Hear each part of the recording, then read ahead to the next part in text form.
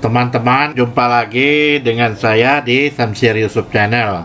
Semoga teman-teman semua dalam keadaan sehat walafiat selalu dan selalu diberkati oleh Tuhan Yang Maha Kuasa. Pada video kali ini saya akan menjelaskan kepada teman-teman semua bagaimana caranya untuk menganalisa major trend dan minor trend. Major trend yang selalu kita istilahkan adalah yaitu di tren besarnya, sedangkan minor itu kita menganalisa di tren kecilnya. Jadi market ini kita bagi dalam dua kategori tren, yaitu secara besar.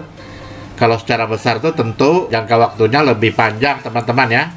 Sedangkan kalau yang kecil itu artinya dalam waktu yang lebih singkat. Untuk teman-teman yang tradingnya di day trade itu maksudnya trading kita dalam jangka waktu pendek, mungkin sehari, 2 hari, 3 hari, 4 hari lah, mungkin maksimal begitu ya.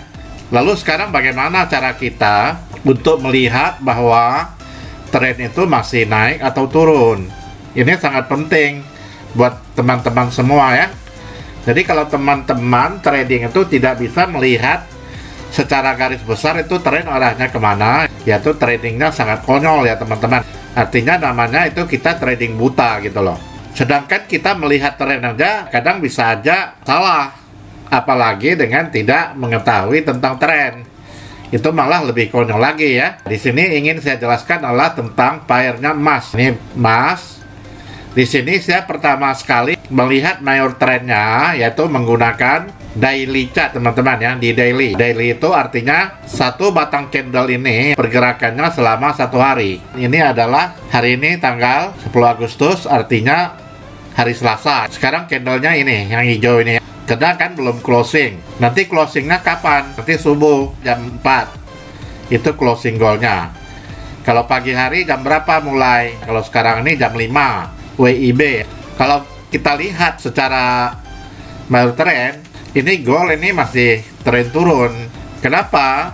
Saya mengatakan ini tren turun. Jadi untuk menganalisa ini ya teman-teman, kita perlu namanya indikator, alat bantu. Di sini saya menggunakan ini ya, menggunakan garis moving average 20. Lalu metodenya kita bikin simple, apply to close. Ini saya kasih warna putih, ini garisnya ya. Ini satu. Kedua, saya menggunakan nih garis-garis supply demand. Kalau supply demand ini memang nggak ada bawaan. Supply demand ini namanya custom indikator yang harus kita tanamkan di softwarenya. Kalau teman-teman ingin mendapatkan custom indikator ini, teman-teman harus bergabung dulu di grup VVIP saya. Nanti akan saya berikan. Lalu yang kita butuhkan lagi adalah ini ya, MACD. Ini MACD kalau saya punya, settingannya sudah saya robah. Yaitu kalau bawaan kan 12, 26, 9. Kalau saya menggunakan settingan sepertiganya. Jadi yang itu dibagi 3 aja, simpel aja ya. 12 bagi 3, 4 gitu. 26 bagi 3 ya 9 lah gitu ya. Yang 9 bagi 3, 3. Jadi tool-tool ini kita butuhkan ya, untuk alat bantu. Jadi teman-teman bisa lihat di sini kapan umpamanya suatu tren dia akan berubah, umpama dari tren naik menjadi tren turun. Kalau kita lihat di sini kan ini tren naik ini ya teman-teman. Untuk melihat tren naik itu sebetulnya sangat gampang ya teman-teman kalau menggunakan alat bantu ini. Pertama teman-teman lihat, ini adalah daerah demand. Setelah harga menyentuh ke daerah demand, dia nggak sanggup turun, lalu dia berbalik arah naik ke atas. Lalu kita menggunakan MA20 ini sebagai pengganti Bollinger Band tengahnya. Jadi harga kalau berada di middle band itu biasanya harganya masih terus naik.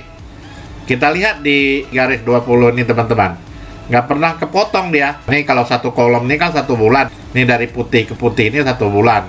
Hampir gold itu naik 2 bulan. Kalau kita kasih garis begini, gold itu naiknya hampir 2 bulan ya teman-teman. Kalau kita tambah alat bantu lagi namanya garis trend line. Trend line kita tarik aja kira-kira 2 swing gitu ya. 2 swing low dengan swing high. Kalau kita tarik lagi dengan swing ini, ya tren naik gitu ya. Lalu kapan kira-kira trennya berganti? Trennya berganti kita lihat di sini teman-teman. Setelah harga menyentuh daerah supply. Yang warna pink ini ya teman-teman ya, warna supply disentuh, maka di sini adalah titik berat dia. Kita lihat sewaktu harga menyentuh daerah supply ini candle terakhir yang merah ya teman-teman ya ini. Setelah itu berganti candlenya warna hijau. Nah, ini ya, sudah merah lalu hijau. Lalu yang ketiga yang merahnya ini lebih panjang. Di sini sebenarnya tren sudah mulai berganti. Karena secara reversal biasanya kita menggunakan 3 candle. Kalau kita lihat ini candle puncak nih. Harusnya puncak hijau ya teman-teman. Nih. Tapi di sini puncaknya malah merah gitu ya. Lalu meninggalkan shadow. Nah, ini tanda-tanda bahwa tekanan dari seller itu sudah cukup besar. Lalu di sini kita lihat setelah candle ini merah, walaupun di sini ada tekanan dari buyer, tapi dia tidak bisa melampaui ujung candle ini, gitu. Cara kita membaca reversal. Setelah itu muncullah candle yang lebih panjang lagi daripada sebelum-sebelum ini. Ini namanya candlenya sangat dominan, sangat mempunyai suatu power, sangat mempunyai suatu kekuatan. Sehingga candle inilah yang menjadi konfirmasi kita bahwa tren ini sebenarnya sudah berganti. Oke. Lalu kalau teman-teman masih ragu, teman-teman bisa melihat di sini. Garis moving average 20 ini juga telah dipotong oleh candle yang merah ini. Yang biasa kita sebut ini dengan breakout. Ini di breakout. Cuman setelah di breakout, hari keduanya malah naik ya. Ya itu namanya market biasa begitu. Tapi teman-teman lihat, walaupun ini market naik 1, 2, 3, 4, 5, 6, 7. Yang naik 7 candle ini tidak pernah melampaui garis merah ini. Kalau kita kasih garis ya, ini garis horizontalnya kan. Kalau kita kasih garis horizontalnya ini, yang naik ini, yang naik-naik ini tidak pernah akan melewati garis ini. Di sini menandakan kekuatan seller cukup signifikan sehingga akhirnya di candle ketujuh sudah turun lagi. Nah, inilah tandanya tren sudah berganti ya teman-teman ya. Dari up lalu terjadi di sini namanya berapa hari ada konsolidasi, berapa hari di sini istilahnya terjadi sedikit sideways gitu ya. Pergerakannya nggak besar. Lalu gimana kita membuktikan pergerakan tidak besar teman-teman? Kita bisa menggunakan alat bantu yang nama MACD. Kita lihat histogram di MACD ini cenderung pendek-pendek gitu loh. Hanya nampak titik aja, nggak menampak itu batang-batangnya itu nggak kelihatan. Ini menandakan kalau terjadi begini ini namanya volume trading. Kita bisa gunakan juga asumsikan sebagai volume tradingnya sangat kecil, sehingga di sini terjadinya suatu sideways, konsolidasi dulu di sini hampir seminggu. Setelah itu kita lihat garis MACD-nya juga memotong ke bawah. Jika terjadi hal demikian, ini sudah terkonfirmasi ya teman-teman bahwa tren ini sudah berganti akan turun. Ini secara mayor tren ya teman-teman kita analisa. Lalu setup untuk entry di mana? Di sini saya akan kasih tanda dulu ya teman-teman. Ini kapan terjadinya supaya nanti teman-teman nggak bingung tradingnya. Oke, saya ambil di sini ya teman-teman. Ini sudah saya kasih garis. Ini kejadiannya adalah pada tanggal 6 Juni. Ini kejadiannya sekitar 6 Juni. Karena kita mengambil daily tadi ya. 6 atau 7 Juni gitu ya. Nanti kita cari di time frame yang lebih kecil.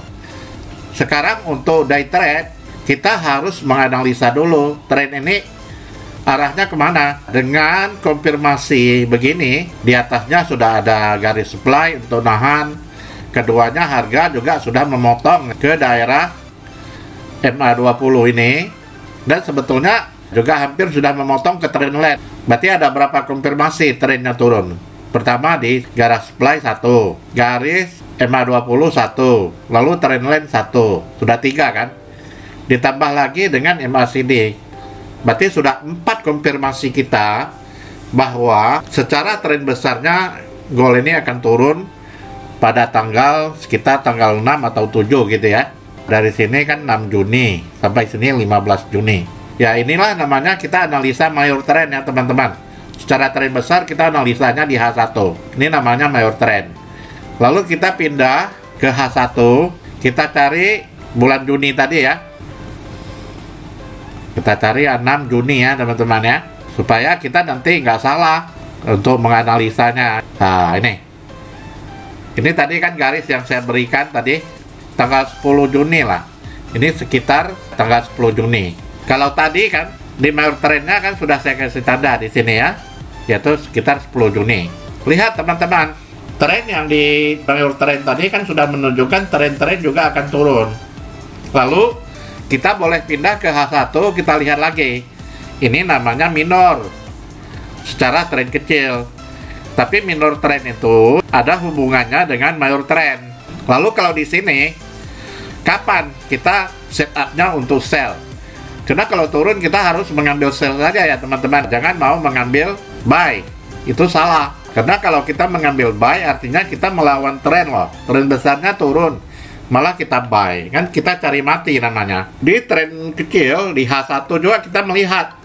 Di sini juga sudah ada kena supply. Nih ada garis supply. Ini salah satu cirinya untuk kita ancang-ancang untuk ngambil posisi. Lalu bagaimana posisi kedua? Sama, kita juga menunggu candle memotong EMA20 ini kan. Nah, ini setupnya untuk kita sell tadi ya. Lalu di sini kita lihat yang bawahnya MACD gimana. Kalau kita kasih garis ke sini ya teman-teman. Ini saya kasih garis lagi ya, supaya nanti dia selaras ya ini. Ini saya kasih garis lagi bahwa di sini MACD sudah dipotong sama candle. Berarti di sini juga adalah sudah terkonfirmasi kita sudah bisa mengambil posisi sell. Lalu di sini gimana? Di sini kita lihat MACD, ini garis biru ini garis MACD juga telah menyeberang lautan, yaitu dari semulanya up, sekarang dia sudah mulai turun. Dan di bawah ini sudah mulai tumbuh garis-garis histogram kayak pagar ini ya, pagar bambu runcing ini ya, satu batang udah muncul. Nah ini menandakan bahwa sudah terjadi penurunan. Jadi jika teman-teman menemukan di D1 trennya itu turun, teman-teman usahakan di H1 atau di M30 juga boleh, carilah posisi sell. Jangan sekali-sekali melawan tren gitu. Jadi kalau seperti ini sudah jelas ya teman-teman. Jadi kita sudah melihat trennya itu turun, lalu kita sell. Ini kan 1 hari, 2 hari, 3 hari, karena dia H1 kan. Nah, ini 1 hari, 3 hari. Lihat, ini jauh nih turunnya ya. Banyak hari turunnya gitu. Lalu bagaimana kalau sudah ada koreksi begini teman-teman? Memang harga udah koreksi ke atas. Koreksi ke atas biarin aja dia koreksi dulu. Nanti tetap saja teman-teman, kalau dia koreksi ke atas, nanti teman-teman biarin aja, nggak apa-apa. Selalu cari posisi sell kayak begini, koreksi kan, koreksi ya, lalu cari aja posisi sell setelah ada perpotongan garis 20 ini, lalu lihat di MACD nya gitu teman-teman. Nah kayak begini kan, biar aja dia naik dulu ke atas, tetap kita mengambil posisi sell sebelum yang di D1 ini terkonfirmasi bahwa tren sudah berganti. Jadi kalau kita lihat ini penurunannya ada berapa hari teman-teman? 1, 2, 3, 4, 5, 6, 7 hari. Ya ini turunnya hanya 7 hari teman-teman. Selebihnya gimana? Selebihnya dia adalah sideways di sini, naik turun, naik turun, naik turun, naik turun. Ya gitu kan? Lalu di sini dia akan mencoba berubah tren. Dari tren turun ini kan, dia mulai memotong di sini ya teman-teman ya. Sudah mulai memotong ke atas. Di sini juga MACD juga sudah memotong. Di sini terjadi tren sudah berganti. Dari semulanya turun, sekarang berubah menjadi trennya naik. Coba naik juga nggak kuat teman-teman. Karena setelah naik, di sini tertahan di warna merah. Ini adalah daerah supply juga teman-teman. Lihat, setelah tertahan di garis ini, dia mencoba turun, lalu naik lagi, tersentuh lagi di garis merah ini, di supply ini. Nah, lalu kekuatannya tidak sanggup, dan pada akhirnya ini turun drastis, yaitu pada hari Jumat malam kebetulan juga ada berita non-fan viral. Ini Jumat ini ya teman-teman yang candle ini. Jadi hari Kamis sudah mulai ada penurunan dan disusul oleh hari Jumat lagi.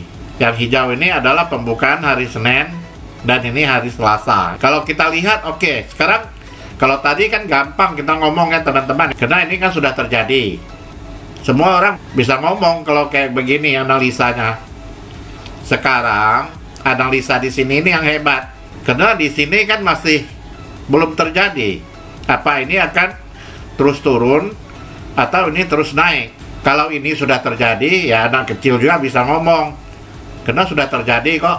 Cuman biasanya pola-pola yang sudah terjadi ini, menurut Dow teori, pola-pola market yang sudah terjadi sering secara garis besarnya akan terulang kembali. Pola-pola ini akan terulang kembali.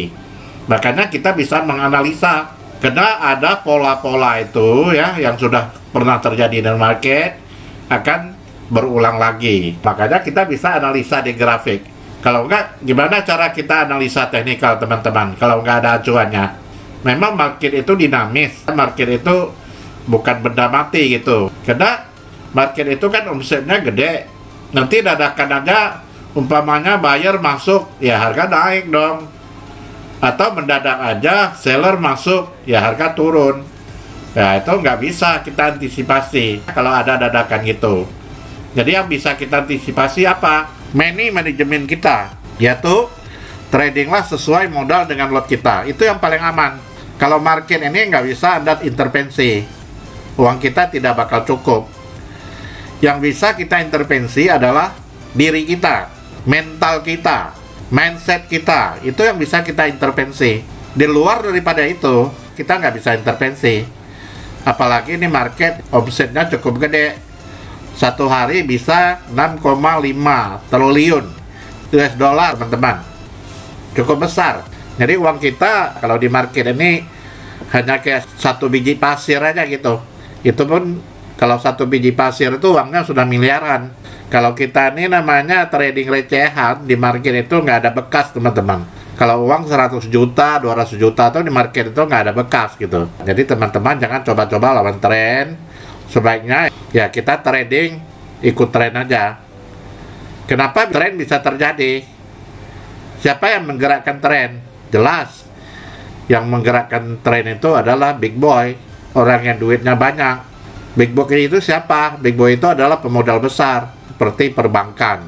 Jadi Anda jangan coba-coba lawan bank gitu. Bank tuh uangnya banyak gitu loh. Jadi kalau kita lihat ini kecenderungannya gold ini sebetulnya belum naik ini teman-teman. Kapan gold itu akan betul-betul naik ya teman-teman? Ini saya kasih tahu cara menganalisa.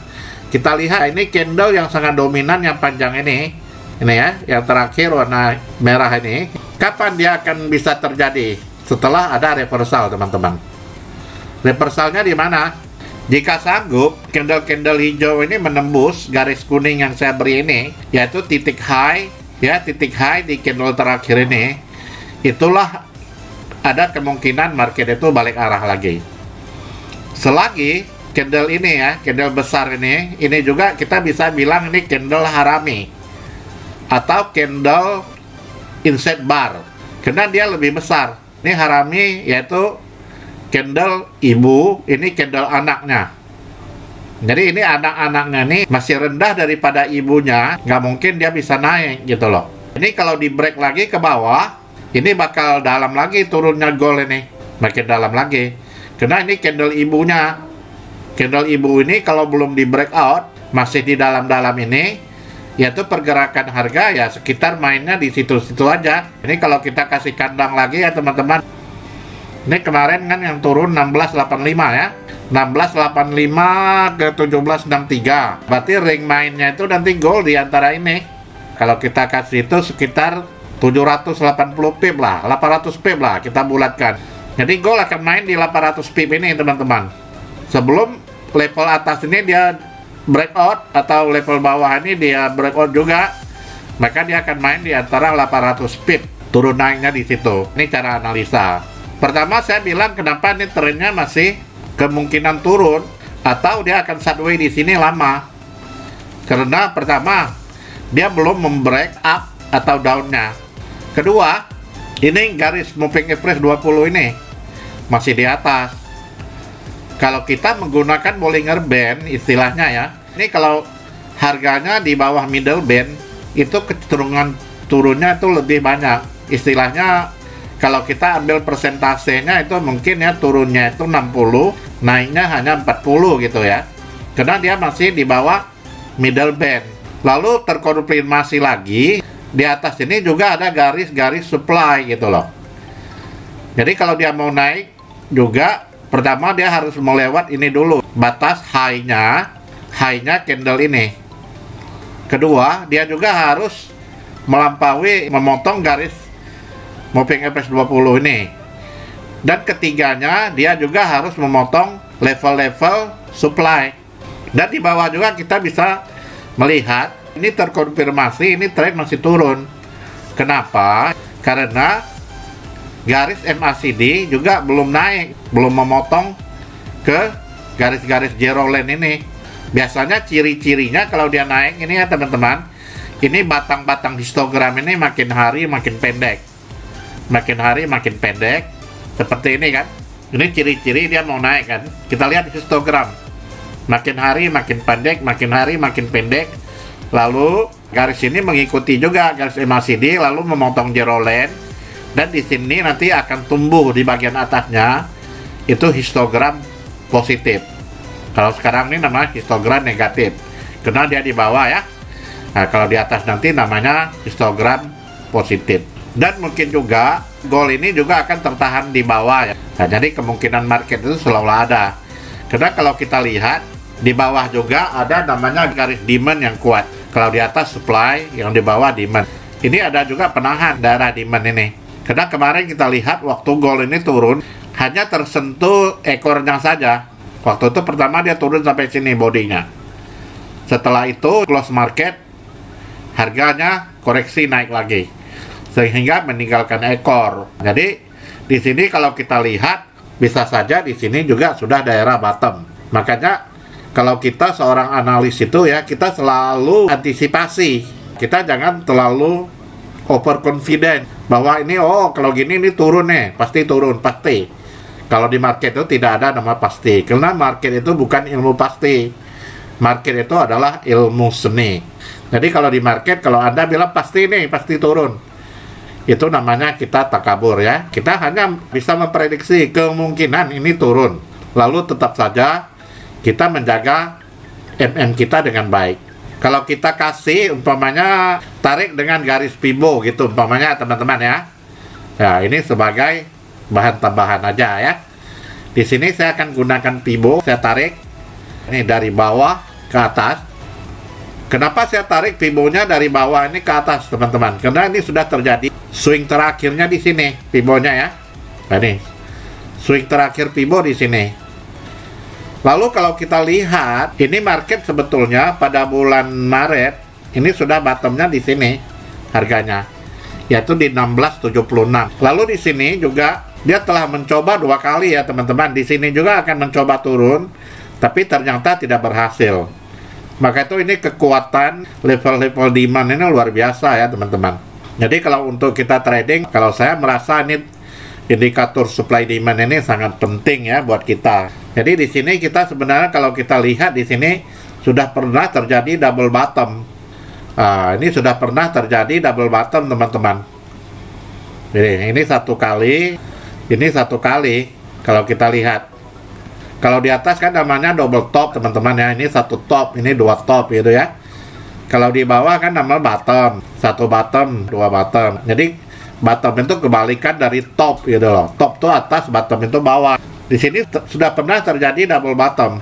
Apakah ini akan mengulang sejarah di sini? Bisa juga. Namanya market itu bisa juga mengulang kejadian yang pernah terjadi di sini.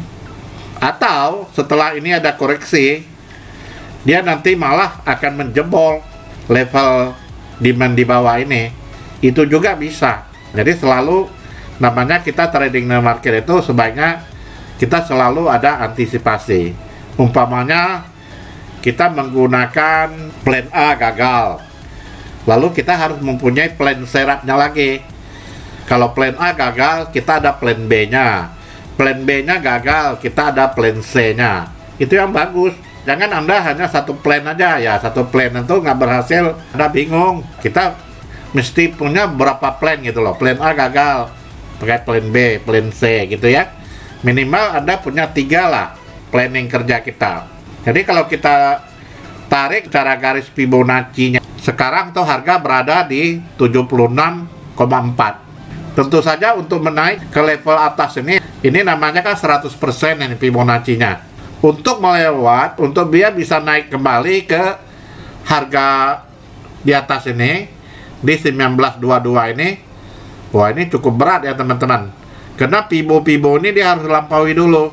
Pertama, dia harus lampaui Fibo 61,8, Fibo 50. Kalau Fibo 50 itu baru setengah ya teman, yaitu baru high low setengah, yaitu 50%. Untuk naik ke atas, minimal dia harus menempuh 50% gitu loh dari high low sebelumnya. Ini aja ya belum apa-apa, belum ada naiknya 1/4 gitu loh, belum ada. Jadi 61,8, 38,2 ini teman-teman ya, kita juga bisa asumsikan dia sebagai 61,8. Tergantung dia letaknya itu di mana ya teman-teman. Jadi 50 tengah, biasanya 61,8 dengan 38,2 itu adalah biasanya level-level yang ajaib, level-level sakti gitu loh. Biasanya ketahanan harga itu selalu di situ 61,8 atau di 38,2. Karena itu adalah biasa level-level yang sangat berat sekali untuk ditembus. Jadi kalau di sini kita lihat baru beranjak di 76,4, belum sampai ke 61,8. Kebetulan kalau 61,8 ini kalau kita lihat dari sini ujungnya teman-teman, ini juga banyak daerah-daerah berat ini. Kita lihat di sini, ini banyak harga-harga tertahan di daerah ini. Jadi membuat suatu base. Kalau kita lihat ini kan ada base ya teman-teman. Ini ada base, itu daerah-daerah berat itu. Sini juga ada base, gitu. Jadi daerah-daerah base itu adalah daerah-daerah berat. Karena di situ terjadi suatu supply demand yang seimbang, yaitu antara pembeli dengan penjual sama-sama kuat. Maka terjadilah suatu base. Jadi untuk goal ke depan ini teman-teman juga trading harus hati-hati. Tetap perhatikan level-level support dan resisten, dan juga harus sesuai dengan rasio lot dan modal Anda. Ya, itu yang aman. Kayak kemarin aja itu high low-nya hampir 800 pip teman-teman. Jadi mungkin sekian dulu ya ulasan saya tentang cara menganalisa major trend dengan setup di minor trend menggunakan H1. Jika merasa video ini bermanfaat, silakan di-share ke teman-teman yang membutuhkannya. Dan jangan lupa subscribe channel-channel saya ini supaya nanti saya akan bikin lagi video-video baru. Cukup sekian dan terima kasih.